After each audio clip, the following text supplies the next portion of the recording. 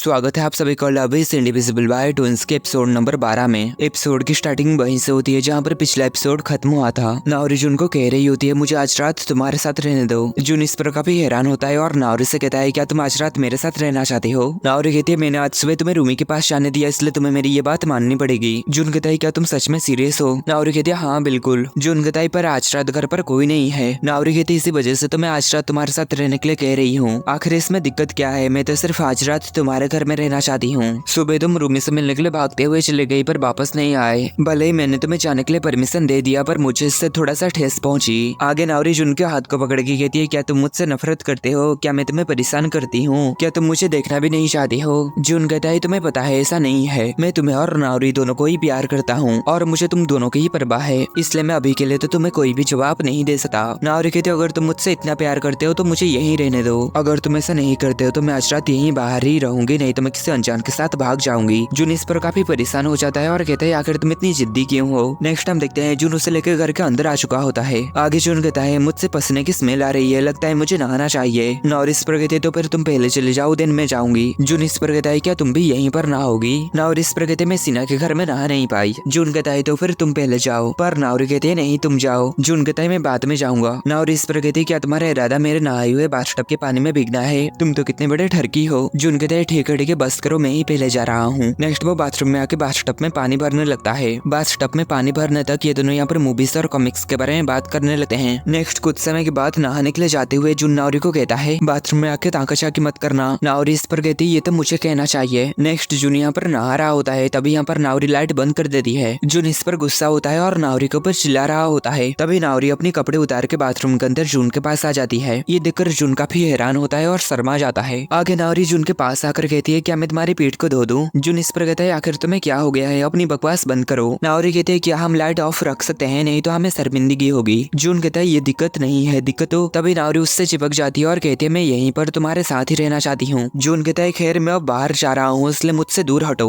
नाओरी कहती है नहीं पहले तुम्हें मेरे साथ यहाँ पर नहाना होगा। जुन कहता है ये क्या बकवास कर रही हो। नाओरी कहते है साथ में नहाना ये कोई भी गलत बात नहीं है। देन आगे कुछ समय के बाद वो जुन से दूर हटकर कहती है क्या ये सोचकर तुम्हारा दिल धड़क नहीं रहा है कि हम दोनों बिना कपड़े में हैं, पर मेरे दिल तो बहुत ही जोर से धड़क रही है जैसे कि ये अभी फट जाएगा। तभी जुन यहाँ से उठकर जल्दी से चला जाता है। नाओरी उससे रुकने की कोशिश करती है पर वो नहीं रुकता। नेक्स्ट नाओरी यहाँ पर पास्ट के बारे में सोचती है जहाँ पर नाओरी अपनी ये प्लान सीना को बता रही होती है। सीना इस पर कहती है मैं तो ये सब सुनकर ही काफी ज्यादा घबरा रहा हूँ। तभी टोयोसी जुन दोनों के पास खड़ा हुआ था और वो कहता है क्या तुम दोनों कोई अश्लील बात कर रहे हो। नाओरी इस पर उससे कहते तुम्हें इसके बारे में जानने की कोई भी जरूरत नहीं है, तुम यहाँ से चले जाओ। टोयोसी कहता है ठीक है लेकिन जुन कहाँ गया, वो मैच में भी हमारे साथ नहीं था और अभी तक भी यहाँ पर नहीं आया है और मुझे लगता है इसी वजह से तुम काफी ज्यादा खराब मूड में हो। आगे वो नाओरी से पूछता है आखिर तुम्हें जुन में क्या पसंद है, कहीं तुम ये सब सिर्फ इसलिए तो नहीं कर रही हो क्योंकि तुम्हारी बहन जुन को पहले डेट के लिए पूछी थी। अगर सच में ऐसा है तो तुम खुद को इतनी दर्द क्यों दे रहे हो। दिन प्रेजेंट में नाओरी ये सब सोच रही होती है और कहती है क्या उसका मतलब ये है कि मैं ये सब सिर्फ इसलिए कर रही हूँ क्योंकि रूमी उसके साथ पहले डेटिंग शुरू की थी। बिल्कुल नहीं, ऐसा नहीं है, मैं सच में जुन को प्यार करती हूँ। मैं रूमी के साथ कंपटीशन इसलिए कर रही हूँ क्योंकि मैं जुन से प्यार करती हूँ, इसलिए नहीं कि मैं रूमी से हारना नहीं चाहती और अब मैं अपनी 100% सिर्फ प्यार के लिए दे रही हूँ। नहीं, असल में ऐसा नहीं है, इसमें जेलेसी और अधिकार जताने वाले भावनाएं शामिल हो सकते हैं, लेकिन इसका मतलब ये नहीं है कि जुन के लिए मेरी प्यार सच्चा नहीं है, इसलिए मैं ये किसी को भी कहना नहीं दूंगी कि जुन के लिए मेरी प्यार सच्चा नहीं है। आगे नाओरी जुन के पास आकर कहती है मैं आज रात तुम्हारे साथ एक ही बिस्तर में सोना चाहती हूँ। जुन कहता है क्या पागल हो गए हो, ऐसा बिल्कुल भी नहीं हो सकता। नाओरी कहती है पर मैं तुम्हारे साथ सोना चाहती हूँ, प्लीज सोने दो ना। देन वो टॉपिक चेंज करके जुन से आज की चेस गेम के बारे में बात करने लगती है और आगे नाओरी रितो की मजाक उड़ाने लगती है। देन नाओरी जुन को पकड़ के बिस्तर के ऊपर गिरा देती है। नेक्स्ट हम कुछ समय के बाद का सीन देखते हैं, ये दोनों यहाँ पर एक साथ सोए हुए होते हैं। नाओरी जुन से पूछती है आखिर तुम बाथरूम से बाहर क्यों आ गए। जुन कहता है मुझे ऐसा करना ही था क्योंकि मैं एक लड़का हूँ और वैसे भी हम दोनों डेटिंग नहीं कर रहे हैं, इसलिए ऐसा करना बिल्कुल भी ठीक नहीं होता, इसलिए आज तुमने जो सब किया वो सब पहली और आखिरी बार है। नाओरी कहती है तो फिर क्या ये सब करना ठीक रहेगा अगर हम डेटिंग करें। जुन कहता है मैं पहले भी कहा था कि मैं अभी ऐसा नहीं कर सकता, मुझे तुम दोनों में से किसी को चुनने के लिए टाइम चाहिए। नाओरी कहते मैं तो हमेशा से ही इसका इंतजार कर रहा हूँ, तुम्हें तो ये पता ही है ना। देन वो जुन के मुंह के सामने जाकर कहती है मुझे किस करो। देन वो दोनों किस करते हैं। आगे वो दोनों एक दूसरे के हाथ को पकड़ के सोने लगते हैं। नाओरी कहते आई लव यू। जुन कहता है हाँ। नाओरी कहते चलो हम सीक्रेटली डेटिंग करते हैं और हम ये हमेशा के लिए करेंगे। जुन कहता है नहीं ऐसा नहीं हो सकता। नाओरी कहते क्या तुम रूमी के बारे में इतनी चिंतित हो। जुन कहता है मैं उससे झूठ नहीं बोलना चाहता या फिर मैं उसके भरोसा नहीं तोड़ना चाहता। आगे नाओरी जुन को पकड़ के सो जाती है। नेक्स्ट अगले दिन जुन टोयोसी को कल रात की सारी बातें बता देता है। टोयोसी जिस पर कहता है तो फिर क्या तुम वो सारी चीज किए, जिस पर जून कहता है नहीं। टोयोसी जिस पर गुस्सा हो जाता है और कहता है आखिर क्यों नहीं किए। जून कहता है आखिर मैं वो सब कैसे करता, ना ही मैं उसे डेटिंग कर रहा था ना ही मैं उसे कुछ और। टोयोसी जिस पर कहता है तो फिर तुम उसे किस कैसे कर दिए। जून इस पर उसे कुछ नहीं कह पाता और चुप रहता है। नेक्स्ट हम देखते हैं ये दोनों नाउरी से कल रात की बात को जानकर काफी ज्यादा हैरान होते हैं। रिरिस कहते हैं क्या सच में किस करना इतना मजेदार होता है। आगे नाउरी और रिरिस एक दूसरे के साथ मजाक करने लगते हैं। रिरिस कहते हैं कि मैं चाहती हूँ कि तुम और जून जल्द से जल्द एक दूसरे को डेट करो और तुम दोनों का रिश्ता गहरा होने के बाद मुझे तुमसे मुक्ति मिलेगी। ऐसे ही वो दोनों एक दूसरे को चिढ़ा रहे होते हैं और मजाक कर रहे होते हैं, पर हम देखते हैं सीना किसी वजह से थोड़ी सी दुखी होती है। नेक्स्ट हम देखते हैं टोयोसी जून से पूछता है तुम नाउरी के बारे में कैसा महसूस करते हो। जून कहता है मैं उससे प्यार करता हूँ, हम दोनों के घर आसपास है और मुझे उसके साथ रहना अच्छा लगता है। अगर ये कभी पॉसिबल हुआ तो मैं उसके साथ डेट पर चलना चाहूंगा। टोयोसी कहता है तो फिर तुम रुके क्यों हो, तुम्हें तो तुम्हारा आंसर मिल गया है। जून कहता है मैं रूमी से भी उतना ही ज्यादा प्यार करता हूँ, मैं उस समय को नहीं भूल सकता जब हम दोनों गर्लफ्रेंड और बॉयफ्रेंड होके बिताए थे,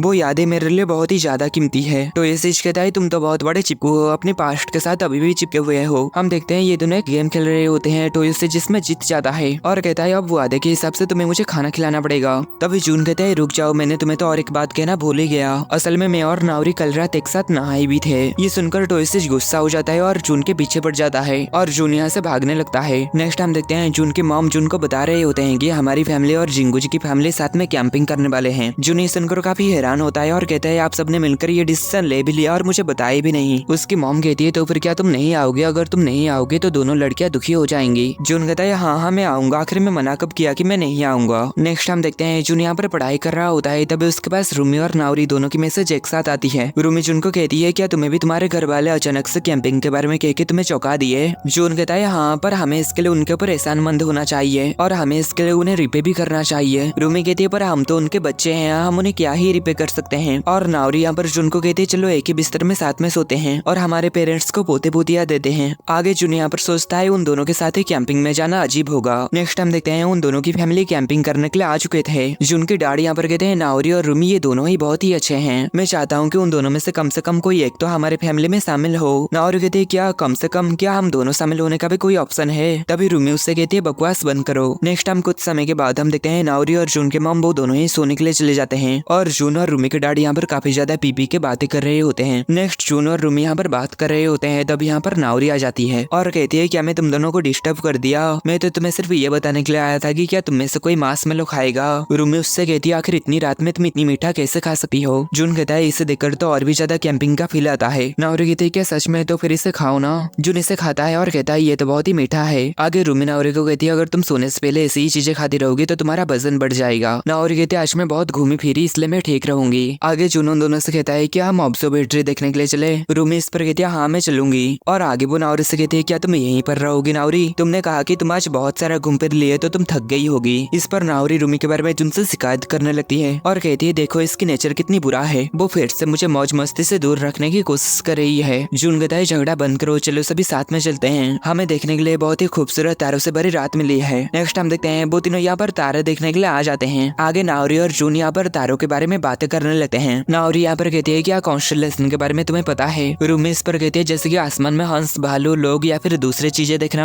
मैं हमेशा सोचती थी कि मैं उन्हें आसमान में देख पाऊंगी, लेकिन मैं बस लाइट के छोटे छोटे डॉट ही देख पाती थी। नाउरी कहती है हाँ तुम तो इसके लिए मॉम डैड से दूरबीन खरीदने के लिए भी रिक्वेस्ट कर रहे थे। रूमी कहती है पर जून ने मुझे बताया कि पुराने जमाने के लोग तारों की कंपेयर जाने पहचाने चीजों से करते थे। ये जानने के बाद मैं निराश हो गई और इन सब बातों के बारे में परवाह करना छोड़ दी। नाउरी इस पर कहती है तुम तो हमेशा से ही ऐसी ही रही हो। रूमी इस पर कहती है आखिर तुम्हारा क्या मतलब है। नाउरी कहती है तुम जून की कही हुई किसी भी बातों के ऊपर बहुत ही आसानी से भरोसा कर लेती हो। रूमी कहती है आखिर मैं ऐसा क्यों ना करूँ, ऐसा नहीं है कि वो मुझसे झूठ बोल रहा है। नाउरी कहती है आखिर तुम्हें इतना यकीन कैसे है कि वो ऐसा नहीं है। रूमी कहती है ऐसा भी तो हो सकता है ना, तुम बहुत ज्यादा शक करने वाली पर्सन हो। तभी जून उन दोनों को शांत करने लगता है और कहता है आखिर तुम दोनों को क्या हो गया है, आखिर तुम दोनों इतने झगड़ालू क्यों हो। नाउरी इस पर कहते हैं तुम चुप रहो, ये सब तुम्हारी गलती है। आगे नाउरी और रूमी के बीच में झगड़ा और भी ज्यादा बढ़ने लगती है। रूमी नाउरी को कहती है मैं जानती हूँ कि तुम जून को कब से प्यार कर रहे थे। नाउरी कहती है तुम ये जानते हुए भी तुम उसे अपने साथ पहले डेट पर चलने के लिए कैसे कहा। रूमी इस पर चौंक जाती है और आगे कहती है मैंने हिम्मत जुटाई क्योंकि मैं भी उससे उतना ही ज्यादा प्यार करती हूँ। अगर जून ने मुझे ठुकरा देता तो मैं हार मानने के लिए तैयार थी, जबकि तुमने पहले ऐसा कुछ नहीं किया तो मुझे तुम्हारी बकवास क्यों सुननी पड़ रही है। वो मुझे रिजेक्ट कर सकता था, ऐसा भी हो सकता था कि वो मुझसे नफरत करने लगे, लेकिन मैंने ये भी सोचा कि ऐसा भी हो सकता है कि ये काम कर जाए। ये सब बातें सोचते हुए मैं काफी ज्यादा परेशान थी, लेकिन इसके बावजूद भी मैं हिम्मत करके जून के पास जाकर उससे ये कह दी, पर तुमने क्या कभी ऐसा कुछ किया? नाओरी कहते जिस तरीके से सारी चीजें थी मैं उससे खुश थी। जून का हम दोनों में से किसी एक के साथ भी डेट पर चलना यह हम दोनों के लिए ही बुरा था। रूमी कहते तो फिर क्या अब ये सब मेरी गलती है? नाओरी कहते मैंने ऐसा नहीं कहा और अब इसका कोई भी मायने नहीं है, क्योंकि अब चीजें वापस से पहले जैसा नहीं हो सकती। तभी जून आके उन दोनों को शांत करवाने लगता है। इस पर नाओरी और रूमी उसके ऊपर चिल्ला के उसे ही शांत करवा देते हैं। और आगे रूमी नाओरी से कहती है आखिर तुम हमेशा से ही ऐसी क्यों हो? नाओरी कहती है क्या तुम फिर से बड़ी बहन बनकर मुझसे बात कर रही हो? और आगे वो कहती है मैं तुम्हें एक जानकारी देना चाहती हूँ। जब तुम अपनी बास्केटबॉल दोस्त के साथ डेट पर गई हुई थी तब मैं ही वो पर्सन था जो कि जून को तुम्हारे पास जाने के लिए गई थी। ये बात जानकर रूमी काफी ज्यादा हैरान होती है। आगे वो नाओरी के पास जाकर उसे एक जोरदार थप्पड़ मारती है। ये देखकर जून काफी ज्यादा परेशान हो जाता है। देन रूमी यहाँ पर नाओरी को कहती है क्या ये मजेदार है मेरे दिल के साथ इस तरीके से खिलवाड़ करना? नाओरी कहती है तुम तो खुद से ही खेल रही थी। मैंने तुमसे कई बार कहा है कि बड़ी बहन छोटी बहन वाला मामला छोड़ दो, लेकिन तुम उस बकवास को अपने ऊपर हावी होने दिए और तुम अभी भी ऐसा ही कर रही हो। रूमी कहती है जरा इसके बारे में सोचो तो सही, मैं इसे रातों रात कैसे छोड़ सकती हूँ? इसलिए मैंने ये डिसाइड किया कि मैं जून का इंतजार करूंगा। और आखिर इसमें गलत क्या है? नाओरी कहते हैं तुम चुनाव से डर रही हो और भाग रही हो। रूमी कहते हैं तुम्हें तो दूसरों को भड़काना पसंद है ना? तुम्हें ये सब चीजें बंद कर देना चाहिए, इससे तुम बहुत ज्यादा बेकार लगती हो। इस पर नाओरी रूमी को एक थप्पड़ मारती है और कहती है आखिर बेकार से तुम्हारा क्या मतलब है? आखिर तुम खुद को क्या समझती हो? तुम्हें मेरे बारे में एक भी चीज नहीं पता। रूमी कहते हैं तुम फिर से ऐसे बिहेव कर रहे हो जैसे कि तुम स्पेशल हो। नाओरी कहते पर तुमने कभी भी ये जानने की कोशिश नहीं की कि मैं कैसा महसूस करती हूँ। रूमी कहती है और जब कोई जादुई तरीके से तुम्हारी मन की बातों को नहीं पढ़ पाते हैं तो तुम उदास हो जाती हो। और ऐसे ही ये दोनों एक दूसरे से लड़ने लगते हैं। तभी जून ये देखकर काफी परेशान हो जाता है और उन दोनों को रोकने लगता है। और तभी ये दोनों एक दूसरे को थप्पड़ मारने के लिए अपना हाथ आगे बढ़ाते हैं, पर ये थप्पड़ जून के मुंह में जाके लगता है। आगे वो दोनों जून से कहते हैं क्या तुम इससे बच नहीं सकते थे? आखिर एक बेवकूफों की तरह हमारे बीच में क्यों आ गए? जून कहता है तुम दोनों की बातें पूरा हुआ तो क्या मैं अपनी बातें बताऊं? मेरे लिए तुम दोनों की फीलिंग्स मुझे बहुत खुश करती है, इसलिए मैं खुद को बहुत खुशकिस्मत मानता हूँ और इसलिए मेरे लिए तुम दोनों में से किसी एक को चुनना इतना ज्यादा मुश्किल है। मैं तुम दोनों से बहुत प्यार करता हूँ। मैंने ये भी जानने की कोशिश की है कि क्या कोई ऐसा तरीका है जिससे हम सभी एक साथ रह सके? जिस पर वो दोनों कहती है बिल्कुल नहीं, ऐसा कभी भी नहीं हो सकता। जून कहता है मैं समझ सकता हूँ अगर मैं किसी एक को चुनूंगा तो दूसरे को इससे बुरा लगेगा, इसलिए मैं अभी इसके लिए तैयार नहीं हूँ और मुझे नहीं लगता मैं इसे संभाल पाऊंगा अगर तुम दोनों ही मुझसे नफरत करने लगो तो। नाओरी कहते तो क्या तुम जैसा चल रहा है वैसे ही चलने देना चाहते हो? रूमी कहते इस समय तो तुम बिल्कुल एक बेवकूफ लग रहे हो। जून कहता है मैं जानता हूँ कि मैं डिसीजन नहीं ले पा रहा हूँ, लेकिन मैं इससे भागूंगा नहीं। मैं तुम दोनों से ये वादा करता हूँ। नाओरी कहते क्या तुम्हें एहसास है तुम खुद को दर्द की दुनिया में बंद कर रहे हो? जून कहता है हाँ, पर मैं इसके अलावा और कुछ नहीं सोच सका जो मैं कर सका हूँ। नेक्स्ट रूमी जून को कहती है मैं भी तुम्हारा इंतजार करूंगा, मैं ये तुमसे प्रॉमिस की हूँ। नाओरी जून को कहती है पर मैं तुम्हें ये कहने पर मजबूर कर दूंगी कि तुम मुझसे सबसे ज्यादा प्यार करते हो चाहे कुछ भी हो। रूमी कहते हैं नाओरी तुम थोड़ी सी डरावनी हो। और आगे वो दोनों जून के गाल को सहलाने लगते हैं और कहते हैं तुम्हारी गाल तो पूरा लाल हो गई है। नेक्स्ट अगले दिन रूमी और रीरा नाओरी की क्लब को देखने के लिए आए हुए होते हैं और वो इतना बड़ा कमरा देखकर हैरान हो रहे होते हैं। रीरा कहती है ये रूम तो कितना अच्छा है, हमारे लॉकर रूम के छोटी छोटी खिड़कियों से सिर्फ बदबू आती रहती है। तो यूसी जिस पर कहता है अगर तुम चाहो तो यहाँ पर आके कपड़े चेंज कर सकते हो। इस पर रीरा उसे अजीब तरीके से घूरने लगती है। तभी नाओरी कहती है आखिर बास्केटबॉल क्लब की लड़कियां यहाँ पर क्यों आए हैं? रीरिस इस पर कहती है मैंने ही रूमी और उसके दोस्त को हमारे क्लब रूम दिखाने के लिए बुलाई हूँ। नाओरी कहती है पर क्यों? तभी रीरा यहाँ पर आकर कहती है क्या तुम हमें स्वागत करना नहीं चाहते? नाओरी कहती है नहीं। और सीना यहाँ पर रूमी से कह रही होती है क्यों ना तुम भी हमारे क्लब में शामिल हो जाओ। रूमी कहती है माफ करना पर मैं बास्केटबॉल टीम में हूँ। तभी नाओरी कहती है आखिर तुम इतने गर्मी में कैसे भागते हो? रूमी कहती है क्योंकि ये बहुत मजेदार है। तभी रीरिस नाओरी से कहती है खैर तुमने भी ये क्लब इसलिए शुरू किया ताकि तुम भी मजे कर सको, जो सुनकर सभी काफी हैरान होते हैं। नाओरी इस पर उससे कहते हैं तुम ये क्या कह रही हो, चुप हो जाओ। रीरिस कहते हैं लेकिन तुमने खुद ही तो ये सब कहा था, तुम कभी भी ऐसे गेम में खुद को जीत या हार होते हुए नहीं देख सकते, लेकिन तुम हमेशा मुझसे जलते रहते थे। जून कहता है ओ तो यही था, हम जो गेम देखने के लिए गए थे तुम उसमें पूरी तरीके से डूब गए थे। रीरा कहते मुझे नहीं पता था तुम्हारा इतना प्यारा साइड भी है। तभी नाओरी कहती मैंने ऐसा कुछ भी नहीं कहा, ना ही मैं ऐसा कुछ सोचता हूँ। देन आगे सभी नाओरी की मजाक उड़ाते हैं और उसके ऊपर हंसते हैं। तभी सीना कहते हैं क्लब बनाने की नाओरी की दूसरा कारण ये है कि नाओरी जून के साथ समय बिताना चाहते थे। तभी नाओरी कहती है हाँ ये मेरी मेन मोटिव थी। देन नाओरी टॉयस्टिच को धक्का देके जून के साथ जाके चिपक जाती है। तभी रूमी भी जून के साथ जाके चिपक जाती है और कहती है अगर तुम क्लब के अंदर जून के साथ समय बिताओगी तो मैं क्लब के बाहर जून के साथ समय बिताऊंगी। और इतने में इस एनिमे का सीजन 1 खत्म होता है।